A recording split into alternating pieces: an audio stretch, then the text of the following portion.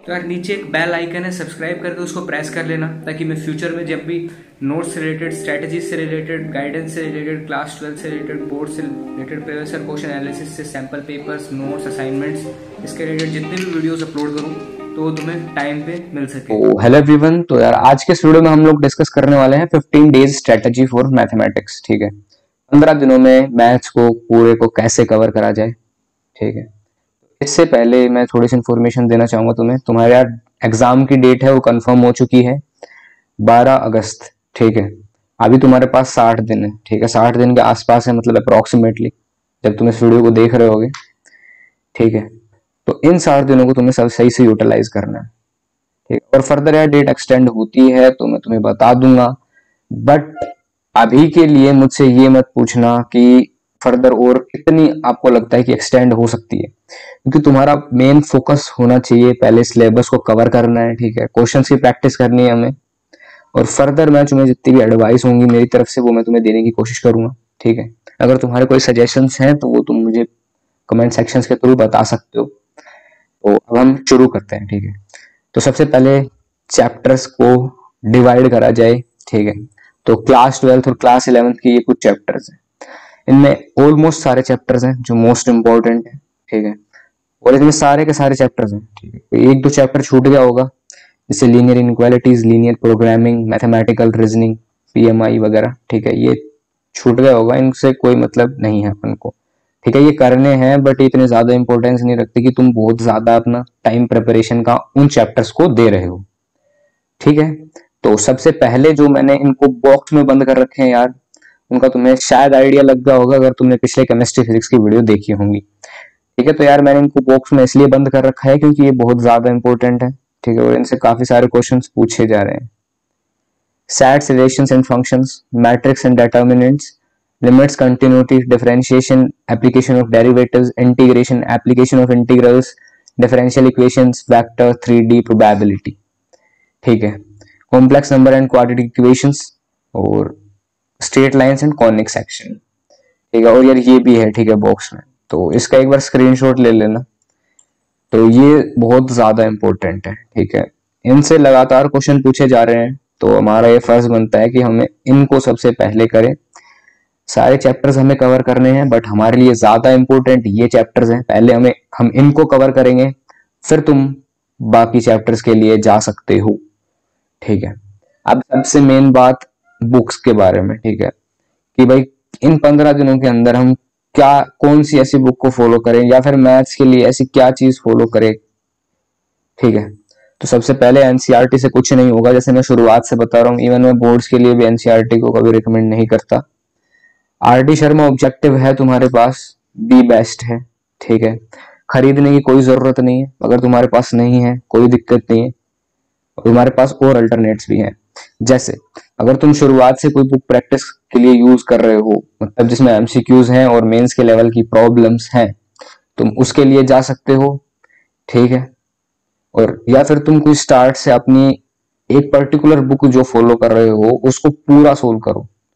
ठीक है यार, 10 बुक को करने से बजाय है कि तुम एक बुक करो और वो बहुत अच्छे तरीके से करो। ठीक है, ताकि तुम उसमें जितने सारे क्वेश्चंस है ना वो सारे कर सको। यार देखो, एक बुक पूरी करने का फायदा ये है कि तुम्हारे सारे कंसेप्ट क्लियर होंगे, सब टाइप के क्वेश्चन तुम कर पाओगे। ठीक है, और तुम्हारा थोड़ा कॉन्फिडेंस बूस्ट होगा कि हाँ भाई सारे के सारे कंसेप्ट मेरे रिवाइज हो गए।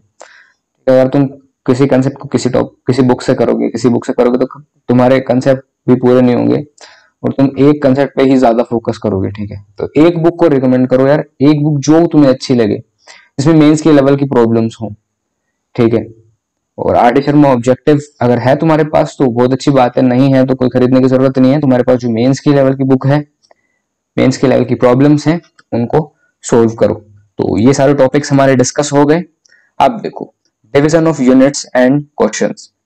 तो मैंने 3 टाइप्स इन यूनिट्स को डिवाइड किया यार, एक इजी यूनिट्स, कंपलसरी यूनिट्स और टॉफी चैप्टर्स। ठीक है, इजी है तुम्हारे अकॉर्डिंग। अब देखो यार, ये मैंने थोड़ी है ना स्ट्रेटजी थोड़ी फ्लेक्सिबल बनाई है। ठीक है, आप अपने तरीके से इसे डिजाइन कर सकते हो, बट इन चीजों का तुम्हें ध्यान रखना है। इजी यूनिट्स जो तुमको आती है, ठीक है, और ये तुम्हारे ऊपर डिपेंड करता है कि तुम तुम्हारे लिए कौन सी इजी यूनिट है, ठीक है। तुम्हारी किसी भी चैप्टर की ज्यादा प्रैक्टिस है तो ऑब्वियसली वो तुम्हारे लिए इजी होगा।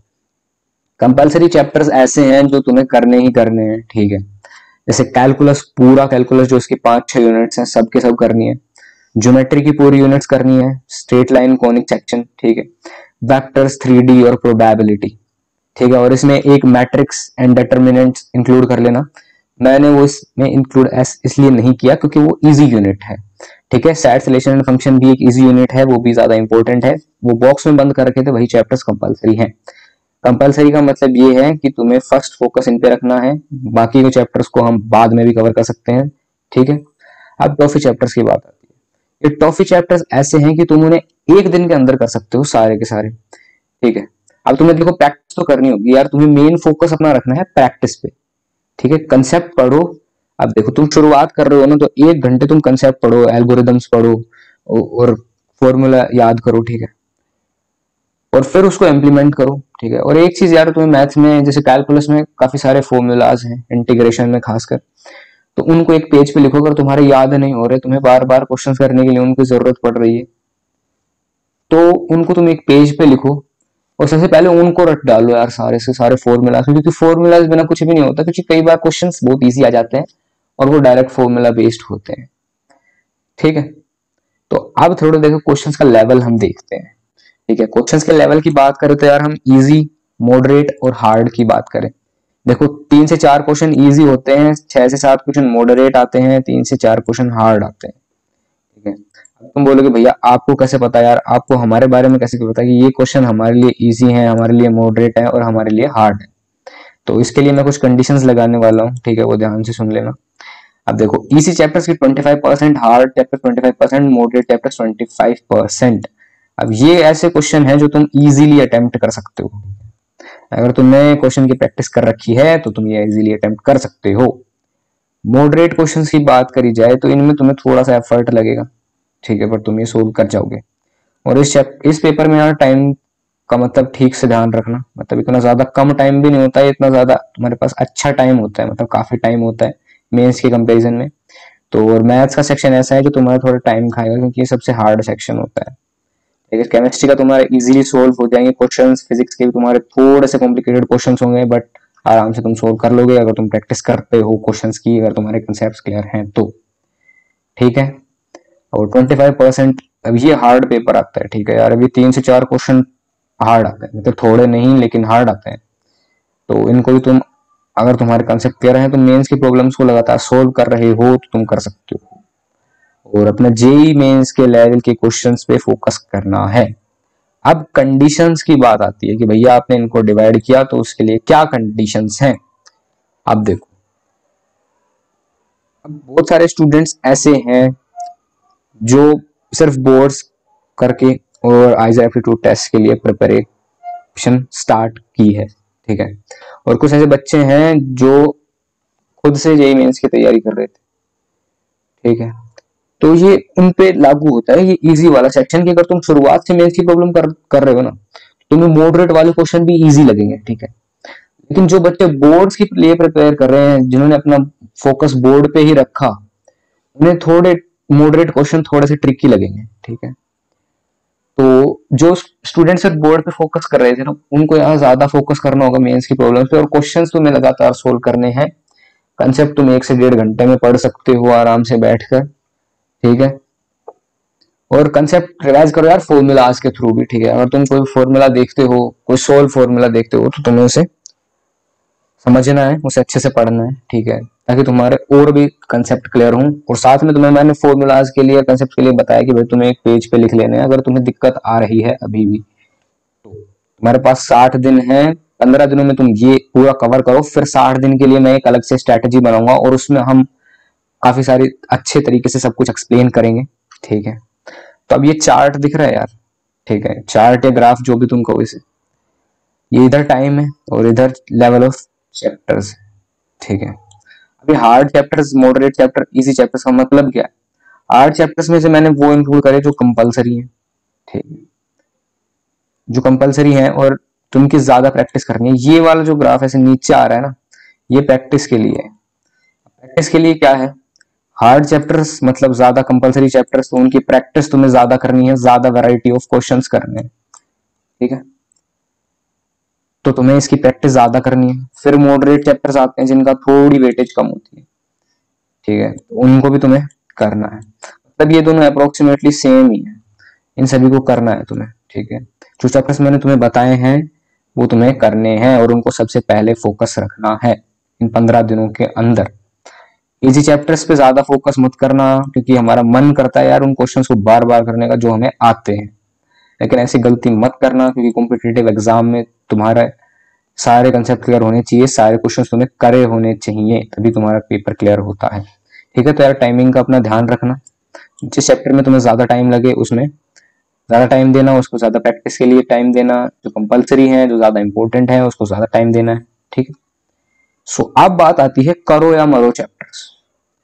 भाई साहब ये चैप्टर्स तो मतलब करने हैं, सबसे पहले करने हैं, और इनको फंक्शंस, मैट्रिक्स एंड डिटर्मिनेंट्स, और शायद साथ में इसकी इनवर्स वाली, ठीक है, एक्सरसाइज, और एप्लीकेशन ऑफ डेरिवेटिव्स, डिफरेंशिएशन भी, integration, application of integration, differential equation, vectors, 3D, और खासकर प्लेन से बहुत ज्यादा क्वेश्चन पूछे जाते हैं। और इनसे यार एक टॉपिक है ना, हमें बोर्ड्स में छुड़वा दिए जाते हैं, जैसे ट्रिग्नोमेट्री में प्रॉपर्टीज ऑफ ट्रायंगल और इन इक्वेशंस वाले जो क्वेश्चंस है ना, जो एक्सरसाइजेस हैं, वो हमें छुड़वा दी जाती हैं।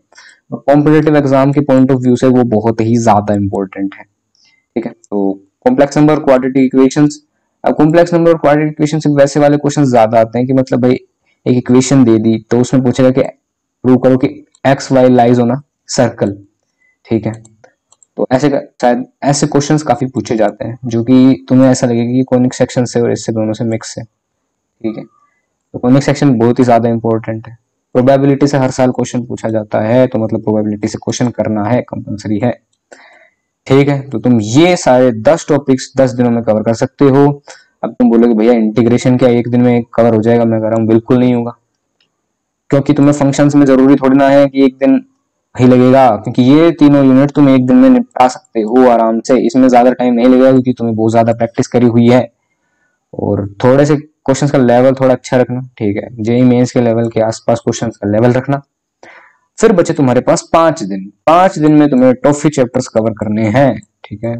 टॉफी चैप्टर्स और जो बाकी के बच गए तो इसमें इंक्लूड नहीं है, जैसे permutation and combination, binomial theorem, ये सारे जो इजी चैप्टर्स, मतलब इजी तो नहीं कहूंगा, लेकिन ये थोड़ी सी इनकी इंपॉर्टेंस लेवल थोड़ा सा कम है, बट शायद इस बार क्वेश्चन पूछ लिए जाए। ऐसा कोई जरूरी नहीं है कि जिस जैसा पिछले साल ही हो रहा है वैसा ही क्वेश्चन पूछे जाए, बट हम क्या कर सकते हैं यार, अब तक जो ट्रेंड रहा है उसके अकॉर्डिंग हम ज्यादा प्रैक्टिस करें, ठीक है। ज्यादा का मतलब ये है कि उसके अकॉर्डिंग हम पहले वो चीजें कवर करें और फिर बाकी की चीजें बाद में कवर करें, ठीक है। तो ये था 15 दिनों का महाभारत। अब ये अपने आप तुम्हें खुद लड़ना है और इसमें अच्छा रिजल्ट निकालना है, ठीक है, और काफी सारे तुम्हारे क्वेश्चंस क्लियर हो इससे, ठीक है, काफी सारे कंसेप्ट क्लियर हो। So that's it for today guys. अगर वीडियो पसंद आई हो तो यार लाइक कर दो, शेयर कर दो, सब्सक्राइब कर दो चैनल को, ठीक है। अगर तुम्हारे कोई भी सजेशंस हैं, तुम्हारे कोई भी क्वेश्चंस हैं, तो वो तुम मुझे कमेंट सेक्शन में लिख सकते हो।